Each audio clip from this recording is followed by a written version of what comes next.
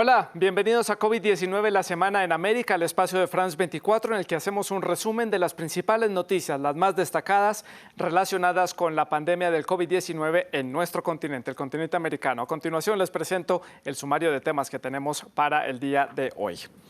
En este episodio vamos a hablar de las aperturas comerciales llevadas a cabo tanto en Perú como en Colombia. En un primer caso, es decir, en Perú, fue permitida la reapertura de los centros comerciales, mientras que en Colombia el gobierno llevó a cabo un día sin IVA para estimular la economía del país. Analizaremos el alcance y las repercusiones, por supuesto, que tienen estas medidas para esa lucha contra el coronavirus del COVID-19 en nuestro continente. También hablaremos de la situación en Argentina. Allí los médicos han reclamado mejores condiciones laborales en su lucha contra el COVID-19, al tiempo que la situación económica va llevando también al cierre de varios restaurantes, cafés y bares en toda Argentina. Esto cuando el gobierno anunció el regreso a la fase 1 para el área metropolitana de la ciudad de Buenos Aires, la capital de ese país suramericano. Y también preocupa la situación en Estados Unidos. Este país rompió su propio récord nacional por el mayor número de casos de coronavirus en solamente un día. La amplia cantidad de pruebas también podría ser una de las razones para este incremento en los números, pero también las muertes se están incrementando en diferentes estados de la Unión Americana. Ahora también hay que destacar que muchas de las muertes que se están presentando recientemente son de jóvenes, algo que está desconcertando a los médicos. Pues vamos directo entonces a la información. Ya lo estaba anunciando aquí en el sumario. Esta semana las autoridades de Perú autorizaron la reapertura de la mayoría de los centros comerciales. La medida hace parte del plan del gobierno en Lima para reactivar la economía del país, que según datos se ha contraído en un 13%. En la capital hubo largas filas en diferentes centros comerciales de personas y en algunos casos tomaron y en otros no tuvieron las precauciones necesarias como lo indican los protocolos de bioseguridad. Este es el panorama. No es un día de ofertas en Lima, pero la reapertura de los centros comerciales trajo consigo largas filas de personas. Se trata del plan del gobierno para reactivar la economía que hasta abril había caído en un 13%. Estamos abriendo nuestras puertas a todos nuestros clientes. No están todas las tiendas abiertas, solo algunas, porque hay que cumplir también todos los protocolos y ellos también tienen que cumplirlos. Impresionante la forma en la que se abre, porque nadie estaba acostumbrado a esto. Hace 6 meses nadie estaba acostumbrado a esto. Ordenado sí, porque cada uno creo que ya está entendiendo la forma y el deber que tiene como ciudadano. Pese a la multitud, el ingreso a las tiendas se llevó a cabo de manera ordenada y respetando el distanciamiento social. Pero en las calles el panorama era otro. La policía retiró de las aceras a un grupo de vendedores informales que se quejó de que las medidas no aplicaran para ellos. Mira lo que está pasando, la gente tiene hambre, no tiene que comer, tiene que trabajar. Así les digo así a este Vizcarra, a este presidente, que no ama a su patria, ha vendido su alma al demonio, eso es. La reapertura de centros comerciales también quedó descartada para algunas regiones donde existe alto riesgo de contagio, tales como La Libertad, San Martín, Huánuco, Ica y Arequipa, y las provincias de Santa, Casma y Huaraz en la región de Ancash. Perú lleva más de 3 meses en confinamiento, pero la reapertura de la economía también trae consigo preocupación, pues el país es el segundo más afectado de América Latina por COVID-19 y el sexto en todo el mundo. Vamos a analizar la situación no solamente en Perú, sino en el resto de América Latina con Tatiana Andia. Ella es profesora, es socióloga, economista y también historiadora. Nos atiende hasta ahora desde la ciudad de Bogotá, la capital de Colombia. Muy buenas noches, Tatiana. Gracias por estar con nosotros en France 24. Y comencemos primero por esa apertura económica que estábamos viendo que ha tenido lugar en Perú. Abrir los centros comerciales cuando el país es el segundo en la región con la mayor cantidad de datos. Vuelve a poner sobre la mesa ese debate entre economía y la salud de los ciudadanos. Buenas noches, gracias por la invitación y estoy, digamos, totalmente de acuerdo con que ese es el debate que estamos enfrentando en la región, en casi todos los países, y es cómo podemos reconciliar los intereses de salud pública con los intereses de reactivación económica y garantías de supervivencia de la mayor parte de nuestra población en sociedades que son profundamente desiguales, en donde buena parte de la población estaba en la informalidad y por lo tanto vivía de poder acceder a actividades económicas que hoy en día no están disponibles. Y creo que eso es lo que estamos viviendo hoy en día, y es en parte la región, y si ustedes miran las cifras, es realmente sorprendente. Estamos esperando ver diferencias consistentes o considerables entre países que han decidido cerrarse, digamos, conservadores en la forma en la que abordaban la crisis. Sí. Y que hacían cuarentena, ¿no? Y países que no optaban por unas medidas tan estrictas al principio. Y hoy en día las cifras se parecen mucho, en parte porque no podemos conservar medidas de cuarentena por tan largo tiempo en países tan desiguales como los nuestros. Tatiana, este caso también entonces lo veríamos reflejado en Colombia, que hace una semana tuvo una jornada para fomentar el comercio y la compra de productos sin IVA, una medida que fue muy criticada por muchos sectores en Colombia y también en América Latina por diferentes organismos internacionales, y muchos dicen que en 2 semanas, cuando se cumpla el ciclo de contagio de este virus, van a ver allí en Colombia las verdaderas repercusiones a nivel salud de esa jornada, justo cuando el gobierno también ha extendido la cuarentena para más o menos esas mismas fechas. Va a coincidir el fin de la cuarentena y el inicio de ese ciclo de contagio. ¿Qué decir de ese caso colombiano? ¿Era oportuno hacerlo en este momento para salvar la economía o darle por lo menos un empujón, aunque sea con un día de ventas sin IVA? Sí, yo creo que en general es una paradoja que están enfrentando los gobiernos que decidieron tomar medidas de salud pública tempranas con buenas razones, y es hacer una cuarentena estricta para aumentar la capacidad de los sistemas de salud para reaccionar ante una epidemia como esta, y cuando se aumentaran los casos estar listos. Y a la vez eso generó una presión demasiado fuerte sobre la economía nacional, y ahora hay una necesidad casi como irrefutable de abrir las economías. Y estamos tratando de abrir las economías, y digamos un poco la tragedia es que las dos cosas coinciden, y estamos coincidiendo con la necesidad de abrir las economías al mismo tiempo que el virus está teniendo un pico, ¿no? Y eso es lo que estamos viendo en varios países, en Perú, en Colombia y en otros países de América Latina. Y hicimos todo bien, y a la vez nuestras propias circunstancias económicas nos hacen que tengamos que abrir las economías en un momento en el que en términos de salud pública es complejo permitir que las personas salgan a la calle. Y algunas veces este experimento, porque todo esto es prueba y error, no está dando los resultados que hemos visto. Vemos que, por ejemplo, Santiago, la capital de Chile, tuvo que instaurar la cuarentena muchos meses después de haber empezado la crisis. Y hoy, por ejemplo, el gobierno en Argentina revertió algunas medidas y volvió a confinar el área metropolitana de la ciudad de Buenos Aires. Quiero, Tatiana, que revisemos y oigamos lo que dijo el presidente de los argentinos en la jornada sobre este tema. Es volver a cerrar el área metropolitana de Buenos Aires para que la circulación disminuya drásticamente. Reduciendo la circulación vamos a reducir los contagios. Reduciendo los contagios vamos a desacelerar la ocupación de camas. Tatiana, no sé si usted está de acuerdo conmigo en que lo que está pasando en Argentina y las medidas que ha dado el presidente Fernández da lecciones al resto de América Latina, pero ¿qué genera esto en el comportamiento de las personas después de haber estado, digámoslo, teniendo un poco de libertad, volver a tener que estar confinadas? De acuerdo, eso es creo que el fenómeno más importante, y es comportamental. Un poco creo que la ciudadanía tenía una promesa que es: vamos a ser muy juiciosos al principio de la cuarentena, vamos a encerrarnos todos para garantizar una mejor resolución de las cosas hacia adelante. Y esta como realización de que esto no se va a ir a ninguna parte, la pandemia no es un tema de corto plazo, en 5 meses no vamos a estar en la calle y todo va a volver a la normalidad, sino que probablemente va a pasar lo que está pasando en Argentina en este momento, y es que vamos a salir y luego vamos a tener que volver a estar en una cuarentena por un tiempo. Es realmente costoso en términos sociales, de salud mental, de la forma en la que la ciudadanía se piensa hacia futuro.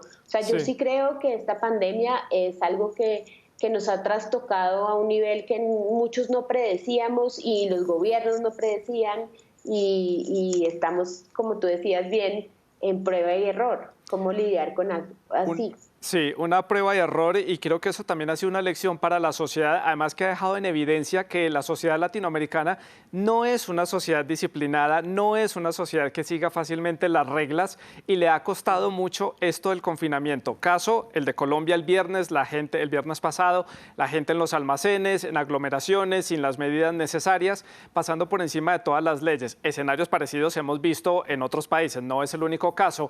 ¿Por qué nos cuesta tanto seguir las reglas? ¿Por qué nos cuesta tanto a los latinoamericanos ser disciplinados, ordenados, cuando sobre todo, como un caso como este, está nuestra vida en juego? Sí, pues creo que ahí tengo que resistir a esa idea de que no somos ordenados. Yo creo que los mensajes han sido mixtos. O sea, el mensaje de todos tenemos que estar guardados o confinados por razones de interés público, y de repente un día abrimos por una razón que también parece de interés público, es reactivar la economía, es un mensaje mixto. O sea, ¿cuál es el mensaje que recibe la ciudadanía? Es combinado, es, por un lado, tienes que estar en tu casa porque la salud pública está en riesgo, y al día siguiente tienes un día sin impuestos, sal a comprar. Es un mensaje mixto. O sea, yo creo que la ciudadanía en Latinoamérica en general es una ciudadanía que es activa, es vital, y que realmente está recibiendo en este momento mensajes mixtos porque con buenas razones, y es porque tenemos contradicciones profundas internas en nuestras sociedades, y es que queremos a la vez cuidarnos todos, estar saludables, y a la vez no morir de hambre. Son dos necesidades básicas, estamos tratando de conciliarlas, los gobiernos están mandando señales confusas, y la ciudadanía está mandando señales confusas. Yo creo que la gente estaba cansada de estar guardada en sus casas, y a la vez de que estaba cansada de estar guardada en sus casas, recibió un mensaje muy concreto, y ese es el momento de comprar, voy a ir a comprar. Y cambia completamente esa mentalidad que llevábamos de preservar la energía y estar calmados en nuestras casas y conteniendo toda esa energía que llevamos reprimiendo durante todos estos meses por no tener las actividades del diario vivir, de salir, los atascos, las compras, la actividad diaria. Pero hay dos casos que llaman mucho la atención, Tatiana, y que son completamente lo opuesto: Uruguay y Costa Rica. La gente siguió al pie de la letra las medidas, y hoy vemos los resultados, los buenos resultados, según los organismos internacionales, que tienen estos dos países. Hay una cultura ciudadana particular allí, un poco más avanzada que el resto del promedio latinoamericano. Pues es interesantísima la pregunta. Yo creo que hay dos cosas que hay que tener en cuenta sobre Costa Rica y Uruguay. Una es el tamaño de la población, parece menor, pero no olvidemos que Uruguay y Costa Rica son países con poblaciones mucho menores a los demás países de América Latina.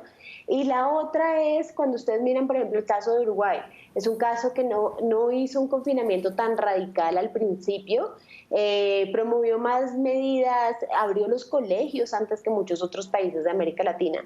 O sea, no promovió medidas tan radicales de confinamiento y como de expansión también del Estado autoritario. Hay algo de la cultura ciudadana que tenemos muy común en América Latina, pensar que es cuestión de solo los ciudadanos. Yo creo que es cuestión de los ciudadanos y de las señales que el Estado le manda a los ciudadanos.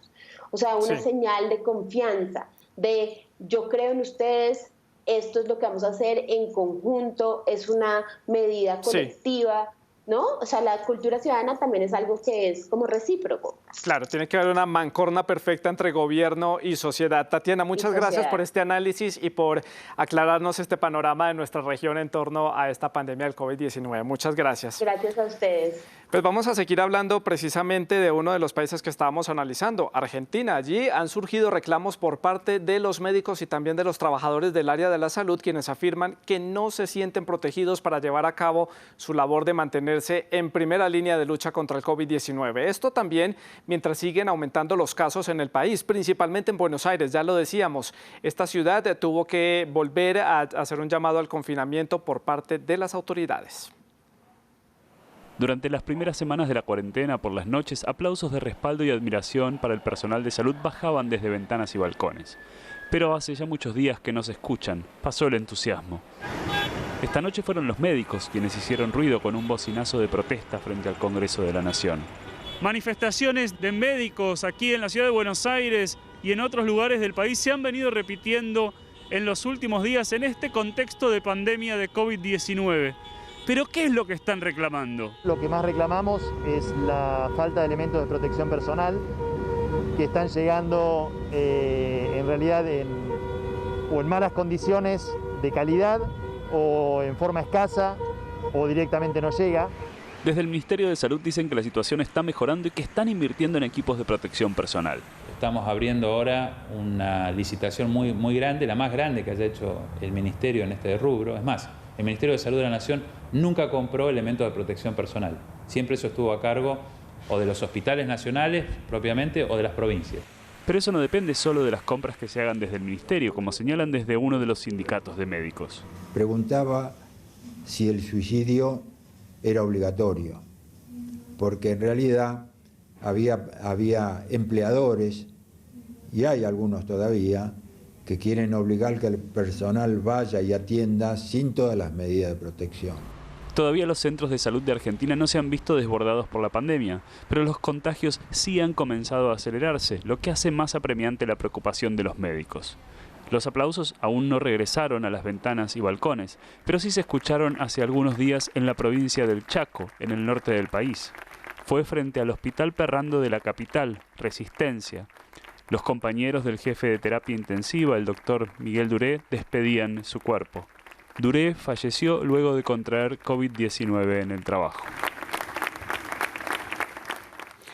Y seguimos hablando de Argentina porque antes del inicio de la pandemia del COVID-19 este país ya venía presentando serios problemas económicos. El brote del coronavirus simplemente terminó por complicar aún más la situación. Los restaurantes, los bares y los cafés han sido fuertemente castigados por la cuarentena que ha impedido que las personas salgan de sus casas.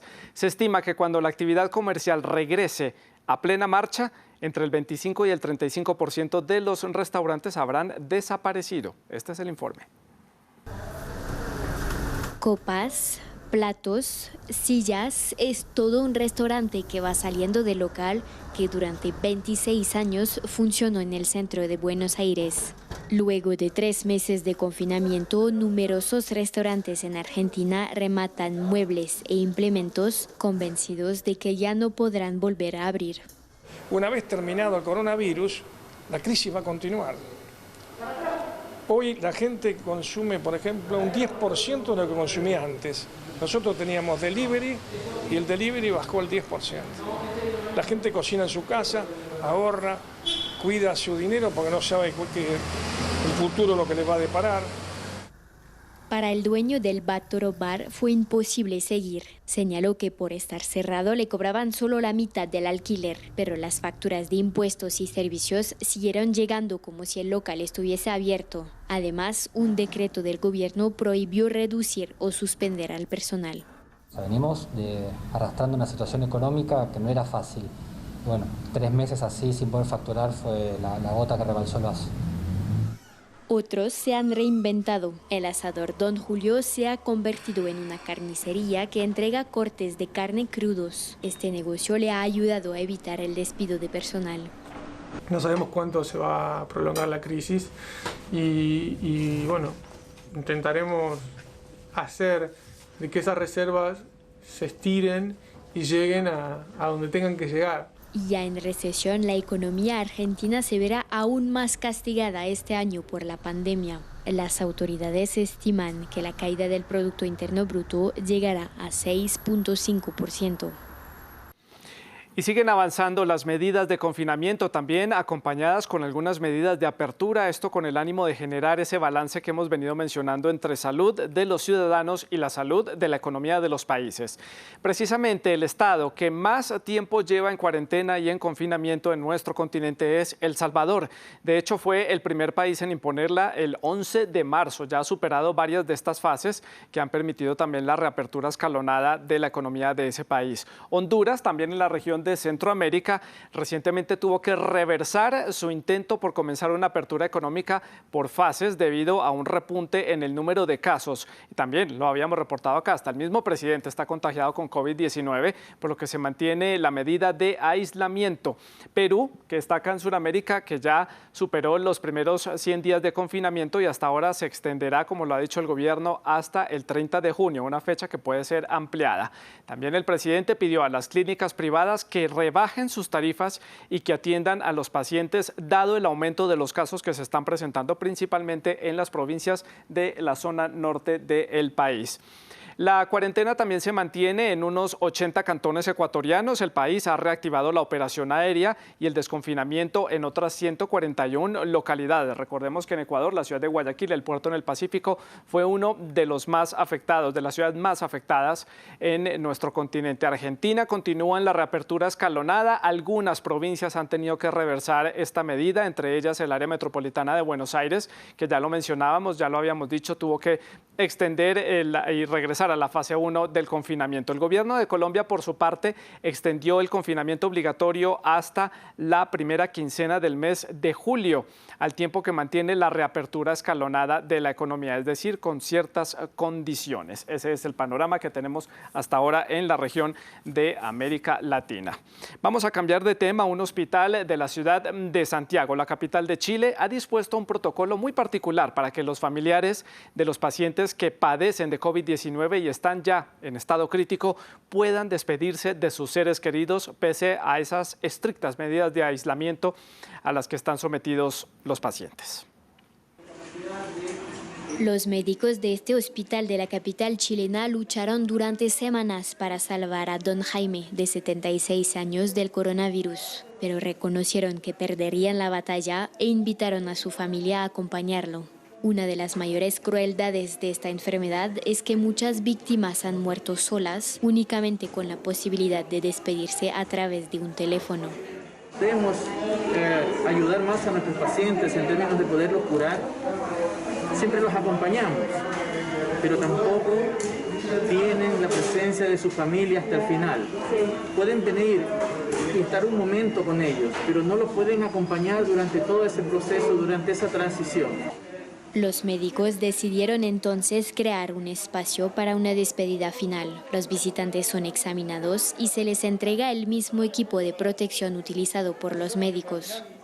Lo que vamos viendo es que el paciente va empeorando día a día y finalmente nos damos cuenta de que el final está cerca. En esos pacientes nosotros podemos llamar a la familia, los preparamos, tienen que cumplir cierto perfil porque no pueden estar en cuarentena, no pueden ser PCR positivos, no pueden ser contacto estrecho, ¿cierto? No pueden ser de grupo de riesgo.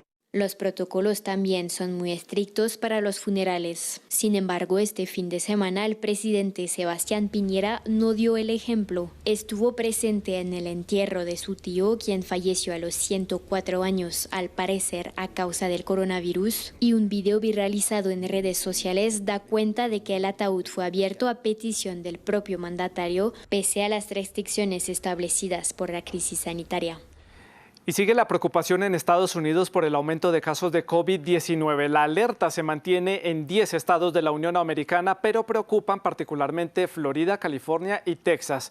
Tanto Texas como Florida han cerrado nuevamente los bares y también han prohibido la venta de alcohol. Florida, con más de 122.000 casos activos, es uno de los grandes focos en la Unión Americana en este momento. Texas presenta más de 120.000 casos, mientras que California tiene más de 200.000 casos activos. El gobernador del estado de California declaró la emergencia presupuestaria. En la alerta también se mantienen los estados de Alabama, Arizona, Nevada, las dos Carolinas, es decir, norte y sur, Oklahoma y Oregón. Este repunte viene acompañado también de la reapertura de la economía en ese país y del inicio del verano boreal, que ha llevado a que las personas hagan más actividades fuera de sus casas, exponiéndose a un más rápido contagio. Y en medio de esta crisis sanitaria que se está presentando a nivel mundial, ha habido particular preocupación por los refugiados y también por los migrantes. En el caso de nuestro continente son los ciudadanos venezolanos los que más preocupan porque muchos de ellos han tenido que regresar a su país, muchos de ellos lo han hecho a pie, regresando otra vez por esas vías a través de Colombia y Ecuador. France 24 conversó con María Jesús Vega, ella es portavoz de ACNUR y nos dio sus impresiones sobre este tema. Pues esa ha sido la primera petición que hemos hecho desde ACNUR, pedirle a los gobiernos que incorporen a toda la población del país, refugiados, desplazados, migrantes, apátridas. Toda la gente que esté en el país debe estar dentro de sus planes de respuesta ante el COVID y debe estar en sus planes de reconstrucción también. El impacto de la pandemia a nivel económico en la población de refugiados y desplazados es brutal, porque la mayoría de esta población vive, muchos de la economía informal, carecen de permisos de trabajo o carecen de trabajos estables, y esta situación de confinamiento les está privando de poder ganarse la vida, de poder llevarse comida a la boca para ellos y para sus familias. Entonces, nuestra petición es a los gobiernos que por favor los incluyan dentro de los programas, que tengan en cuenta además las capacidades y el talento de muchas personas que lo que quieren es poder contribuir con las sociedades, poder contribuir en esa responsabilidad cívica de no contagiar y contribuir en lo que es el proceso de reconstrucción. Yo creo que tiene que quedar muy claro que mientras haya una sola persona contagiada a nivel mundial, no va a haber nadie que esté a salvo en este sentido. Y no podemos permitir tampoco que sigan engordando esas bolsas de pobreza, donde estamos viendo, pues en Siria, por ejemplo, una situación tremenda. El 80% de las personas refugiadas y desplazadas están viviendo por debajo del umbral de la pobreza, y en América Latina, en muchos países donde está pegando duro ahora mismo como epicentro la pandemia, también la situación de muchos refugiados y desplazados, muchos de ellos venezolanos, se está viendo duramente afectada por esta circunstancia. La entrevista completa con María Jesús Vega, portavoz de ACNUR, la pueden ver a lo largo de esta semana en la programación de France 24 y también en nuestra página web france24.com. En nuestra sección en redes veamos publicaciones destacadas que tuvieron a lo largo de esta semana diferentes dirigentes, países o también organismos internacionales. Comenzamos en Uruguay. El Instituto Pasteur de la ciudad de Montevideo anunció la creación del Centro de Innovación en Vigilancia Epidemiológica, CIVE. De esta manera, este país suramericano da un paso más adelante en la etapa post-pandemia. El centro busca conjugar la biología molecular, genómica y tecnología para identificar patógenos conocidos o desconocidos que puedan provocar emergencias como la desatada por el COVID-19. También destacamos este mensaje que publicó Francis Suárez. Él es el alcalde de la ciudad de Miami, en el estado de Florida, que ya lo decíamos, es uno de los más afectados en Estados Unidos por el COVID-19.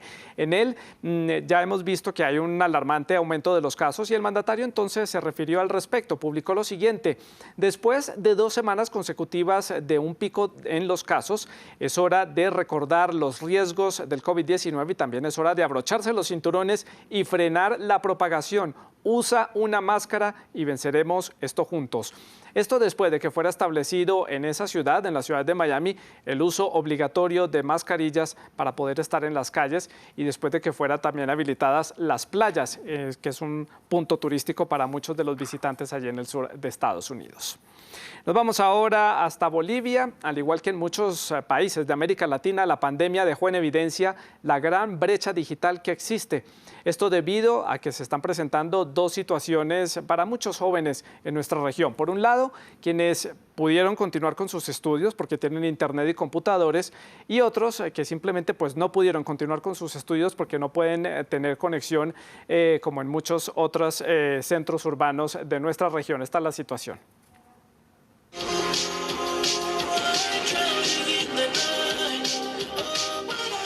El profesor Jorge Villarruel se ha ganado la fama del superhéroe de la educación virtual en Bolivia durante la cuarentena provocada por el coronavirus. Nadie falta a sus clases de artes. Va a ser una clase bien bonita porque quería yo entrar a dibujo fotográfico, pero vamos a entrar a fotografía. Quiero que ustedes interactúen con sus celulares. Las clases son amenas y sus alumnos están contentos. Yo creo que las clases así del profe vestido de superhéroe son las mejores, son mis favoritas. Para el maestro superhéroe no hay imposibles y él siente el impulso de motivar también a sus colegas. No digamos no puedo, busquemos a nuestros estudiantes que nos necesitan. La otra cara de la realidad golpea muy fuerte en el caso de Carmen Rosa Palacios. Sin computador, ni celulares, ni internet, sus 7 hijos han quedado excluidos de la educación durante la cuarentena. No tengo yo recursos económicos para que estén en el internet ellos. Entonces, por eso ahorita es mi preocupación que están pasando clases, pero mis hijos no. Entonces, esa es mi pregunta, ¿qué puedo hacer yo? Según una reciente encuesta de UNICEF en Bolivia sobre la educación virtual, un 93% de los estudiantes afirmó que no aprende nada, casi nada, o lo hace más o menos en las clases virtuales. Este estudio me ayuda a que nosotros habíamos indicado hace muchísimos años atrás que la educación en Bolivia es paupésima, pobre. Al margen de excepciones heroicas para intentar sacar adelante la educación virtual, la pandemia ha dejado mucha incertidumbre en la educación y en los propios estudiantes bolivianos. Y en Colombia, cerca de 15.000 mariachis de este país han tenido que salir a las calles para dar serenatas para garantizar sus ingresos debido al cierre de los establecimientos comerciales y también la prohibición para realizar fiestas. France 24 estuvo con un grupo de estos artistas recorriendo las calles de Bogotá. Desde mediados de mayo, Miguel Ángel Mayoral cambió su rutina de trabajo. Este músico colombiano es el fundador del Mariachi Mayoral, el cual lleva 11 años tocando en Bogotá. La crisis por coronavirus lo obligó, como a muchos artistas, a buscar trabajo en las calles. Por ahora, casi nadie los llama, no hay fiestas ni eventos especiales. Mientras los demás integrantes se preparan, Miguel Ángel afina su trompeta, que lo acompaña desde hace 50 años.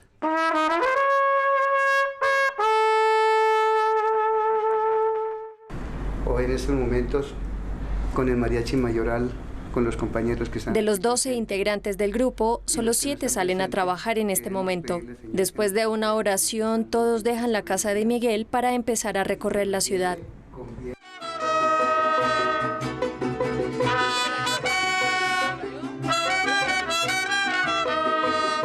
Llegaron los mariachis. Todos empiezan a cantar desde sus ventanas.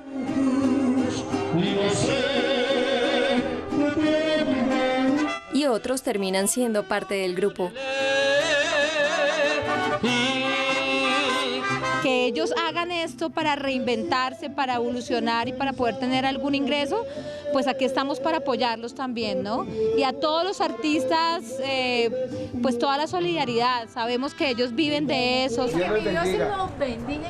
Las ayudas económicas son de gran alivio para estos músicos. Muchas gracias, Dios los bendiga a todos. Mucho tiempo ya el gobierno no nos ha ayudado, entonces tuvimos que salir a las calles a buscar los recursos, porque los recursos se agotaron y las obligaciones siguen, las cuentas en los bancos, los servicios, los arriendos, entonces nos vinimos a las calles a cantarle a la gente y afortunadamente la gente nos ha respondido ayudándonos.